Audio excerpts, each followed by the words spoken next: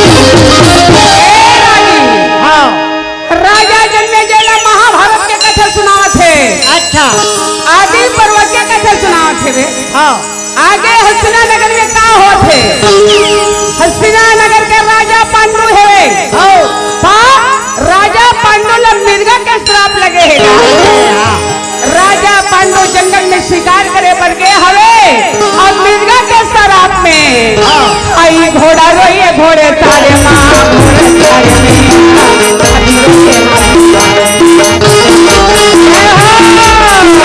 आई घोड़ा रोइए घोड़े तारे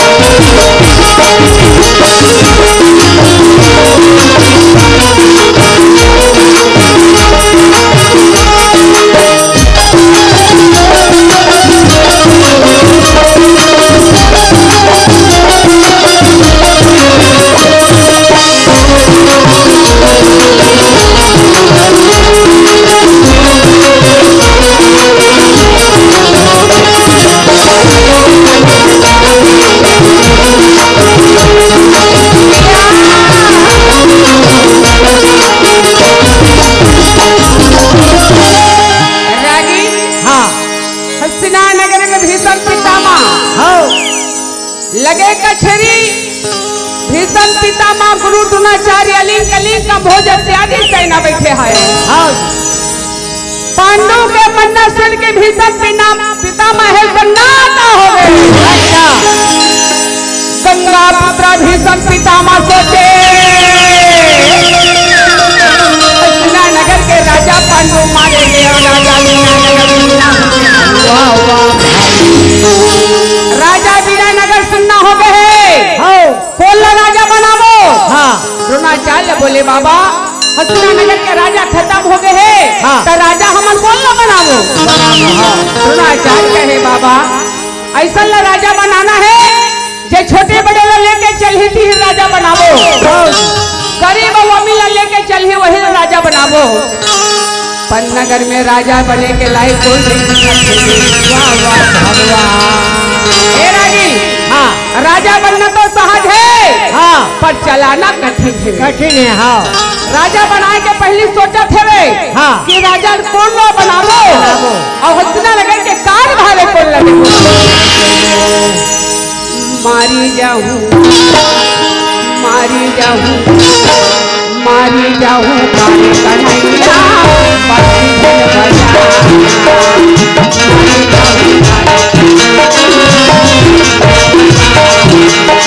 ये हसना के राजा लाली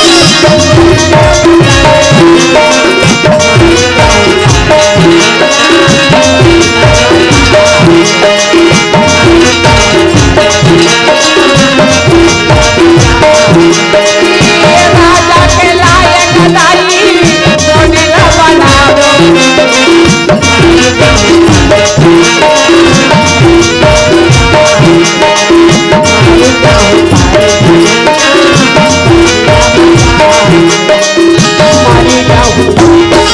मारी जाऊं मारी जाऊं काले कन्हैया पासी धन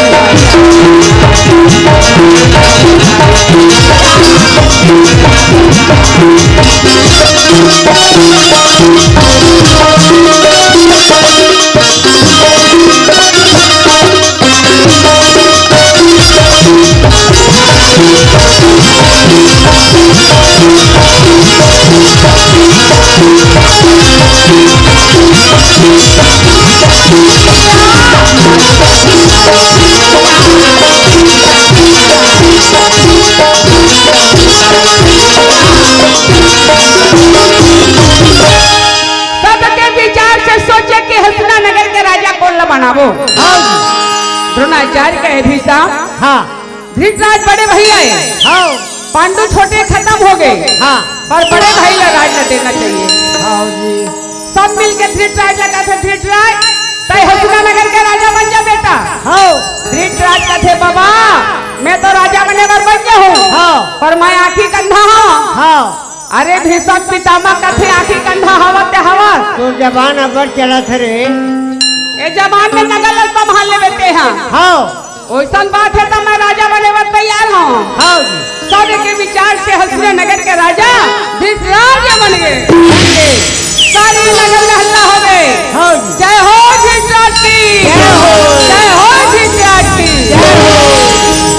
आज से हसना नगर के राजा धृतराज बन गए हैं और जय जयकार का आवाज सुनी हाँ माता गंधारी कथे ताई मलपति राजा बन गए हैं। हाँ ये नगर के में राजमाता बन गए हम। अच्छा ये नगर में मोरे चली हाँ रागी हाँ पति मन यदि पद में रहते तो माई लोगन के पद हवार देते बाढ़ते हाँ कुहान मान के सोलह नहीं कहा था बाबा गाँव में सरपंच बने रहते नहीं हाँ सरपंच बने सरपंच बने रही पर सरपंची लग घमंड हो जाते होते होते मुर्गो से सरपंच है किसे अब मोला सरपंची कहीं कहीं हाँ अब भाई यदि गाँव को डॉक्टर बन गए हाँ डॉक्टर बन गए डॉक्टर बने रही डॉक्टरी लग घमंड रहते होते होते भले बिचारी सूजी दे बारात माता है हाँ और कोई गांव कोतवाल बन के गांव दादा कोतवाल बनैया कोतवाल बने रही हाँ पर कोतवाली है एक कलेक्टर के पावर रखते भले बिचारी यहाँ का पर रात माता है। सही बात है हाँ माता गंधारी ले घमंड हो गए हाँ कि हसना नगर के राजा मरपति बन गए हैं ते नगर के राजमाता बन गए। आइए हसना नगर में राज मंदिर तैयारी होना चाहिए भोलेनाथ के मंदिर तैयारी करो। हाँ राज आदेश है राज आदेश सुन के नगर में हसना नगर में राज मंदिर तैयारी करते हुए सारी नगरवासी मन जाके शंकर भगवान के मंदिर तैयारी करते शंकर के लाला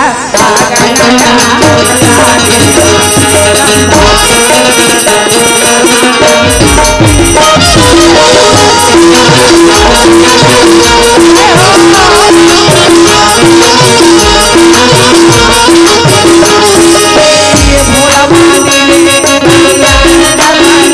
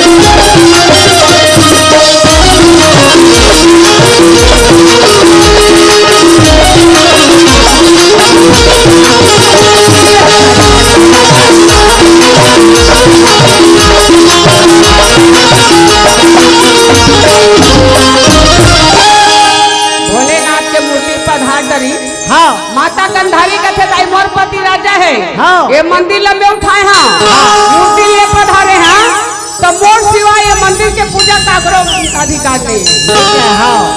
माता गंधारी धो चाउर बेल पत्ता धरे है और भोलेनाथ के मंदिर में पूजा करे बा चलो। ये रहा तो गंधारी जावत है। गंधारी जाए मंदिर में कुंती नहीं जाने और कुंती मंदिर में जाए गंधारी। दोनों जन के मुलाकात होवे नहीं करे, नहीं होएगा। हाँ। माता कुंती है सती नारी है। अच्छा जी। पतिव्रता नारी है। हाँ। जब से कुंती की उम्र 7 साल की रही से तब से भगवान शंकर के पूजा करती थी। भगवान आवाज माता कुंती की उम्र है तो आधा उम्र हो गया। नारी मन के धर्म है पति सेवा।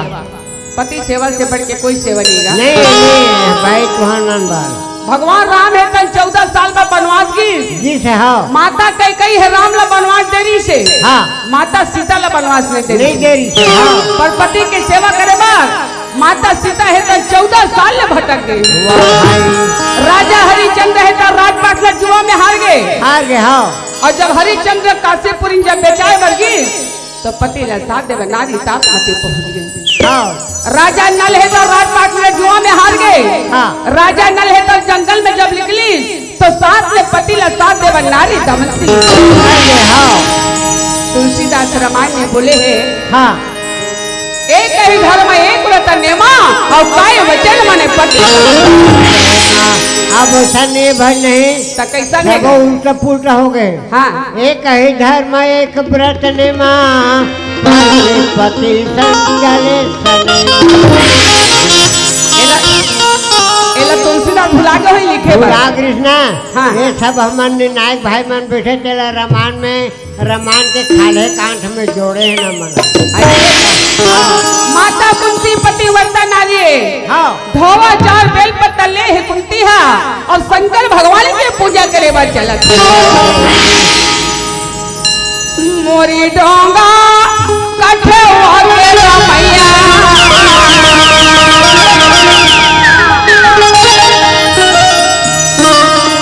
मोरी डोंगा कठवा के रमैया मोरी डोंगा मोरी डोंगा कठवा के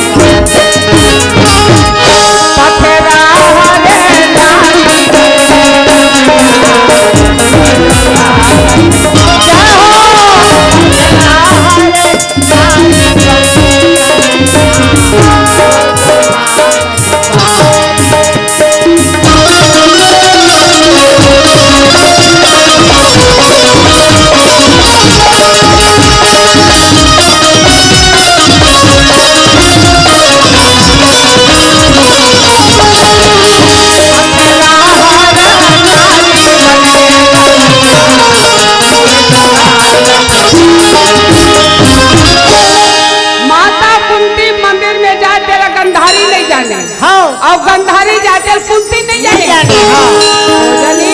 का साल भर हो गया का 2 साल हो गया है। हाँ जी। एक दिन माता कुंती है तंधोवा चार बेल पर तले के और सबसे पहले भोलेनाथ आए रहा शंकर भगवान के पूजा करत रहेगा। हाँ गंधारी का आखिर पट्टी बंधा है। हाँ। और 14 जन दासी लेके गंधारी रहते हैं। चला ठीक। मोरा रामे रामे रामे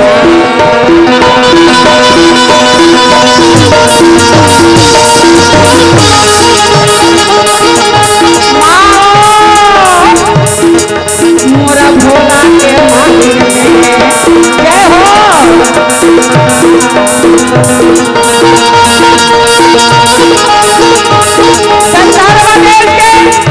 गंधर्व राज के बेटी हाँ ये गंधारी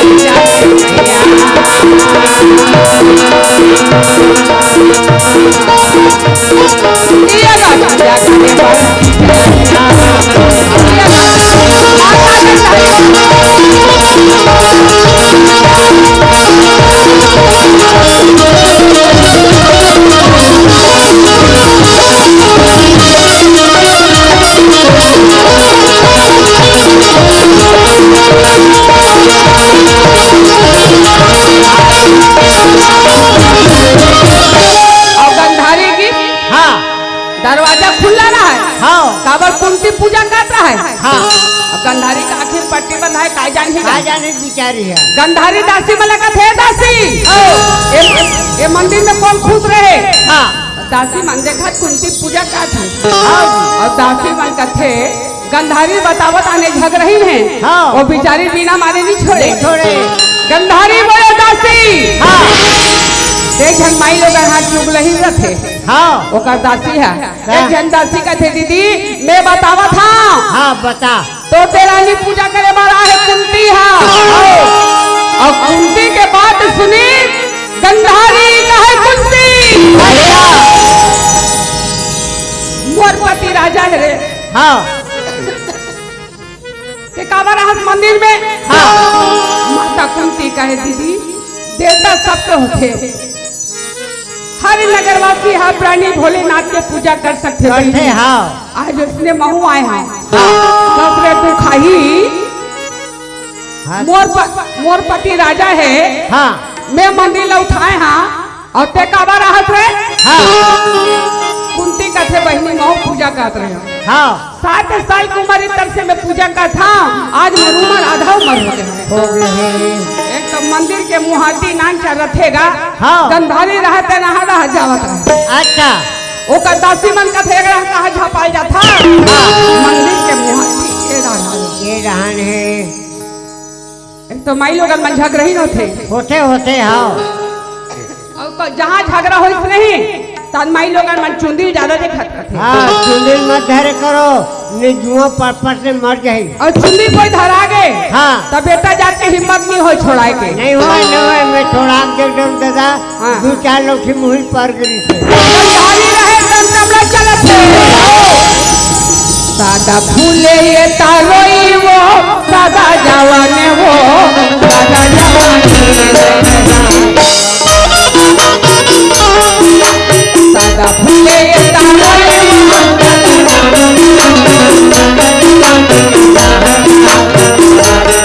सादा दिए ना वो सादा जवाने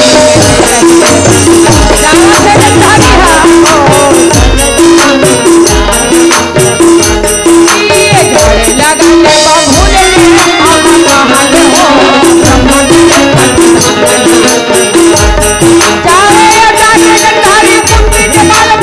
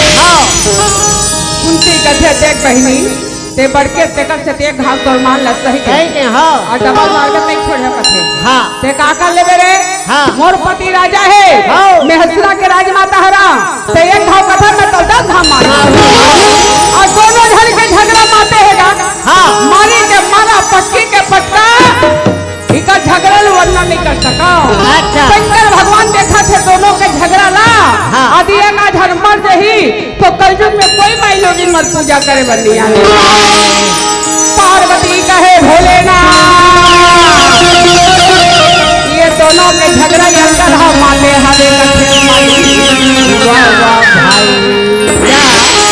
और जाके दोनों के झगड़ा ला शांत करा ले हाँ वो तोर पूजा का थे भोलेनाथ पर पूजा नहीं का थे अब एक आधन कोई मर जही तो कलयुग में कोई माई लोग इन पर पूजा करे बनिया दोनों के झगड़ा छोड़ाने वाला कोई नहीं है हाँ। शंकर भगवान दोनों भक्त के दर्शन झगड़ा ला देख के और मंदिर में प्रकट होते नंद के करियाते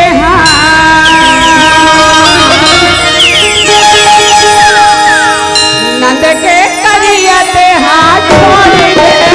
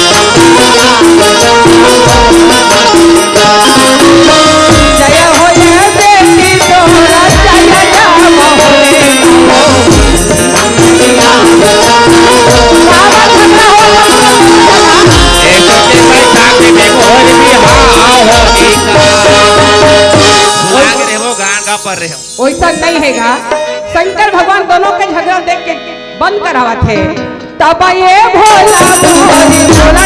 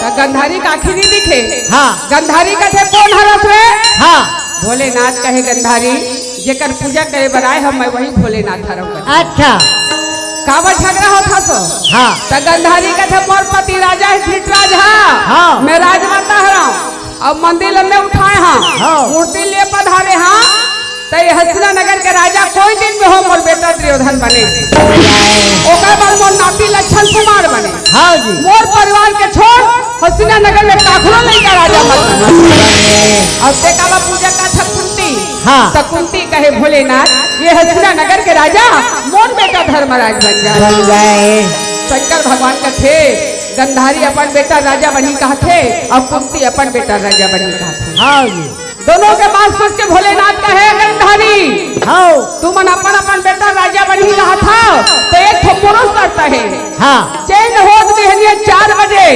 पहन के सोने सुगन के फूले मंदिर में लही ओकरे बेटा हसीना नगर के राजा गंधारी कथे मोघा सोन के कमी नहीं है हाँ सब सोना लगला हूँ सोने सोन के फूल गढ़ाऊँ शंकर भगवान में चढ़ाऊँ मोरे बेटा राजा बनी बनी हाँ और कुंती गरीबी घरे ओका का तो 1 तोला सोना लिए नहीं है ओकर बेटा राजा नहीं बने। हाँ गंधारी हंसत आवत है। अब माता कुंती कहे भोलेनाथ मनुष्य लायकी होते तो होते पता देवता हो के सोना में भी के महाराज मैं तो गरीब है गरीब के देखैया हो कहते हैं। हाँ जैन तो दरवाजा माथे को खाली हाथ नहीं जाए। नहीं जाए। रावण पूजा करे तो रावण का ठपुरी दे हवा। बानासुर पूजा करे तो बानासुर ले 1000 हाथ दे है और भस्मासुर पूजा करे तो भस्म कर देने वाला। माता गंधारी हंसत आवत है और कुंती है तो रोवत आवत है। मोर यह 1 तोला सोना लिए दाई कहाँ के सोन के फूल चढ़ाऊं। हाँ। हस्तिना नगर के राजा मोर बेटा ना तो कुंती ला खाल भाई ना पियल भात है। हाँ। मन में उदासी हवे कहाँ के सोन के फूल लहू दाई और हस्तिना नगर में भोलेनाथ में चढ़ाऊं और ये हस्तिना नगर के मोर राजा पिंजरा ले मैना उड़ी जाही पिंजरा ले मैना उड़ी जाही तय भजले प्रभु राधे नाम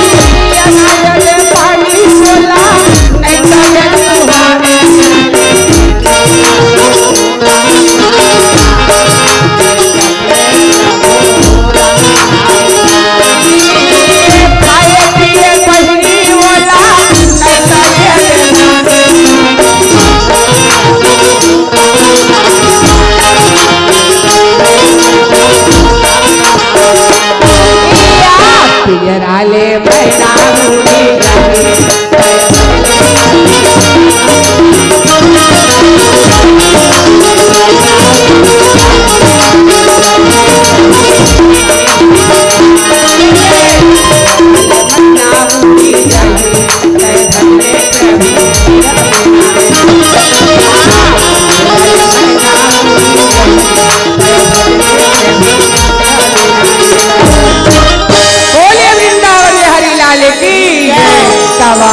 समय के भाव देखते हुए और पार्टी होला जगह देना है तो हम यही में कथा लगी सजन का धर बोलिए दुर्गा मैया की जय।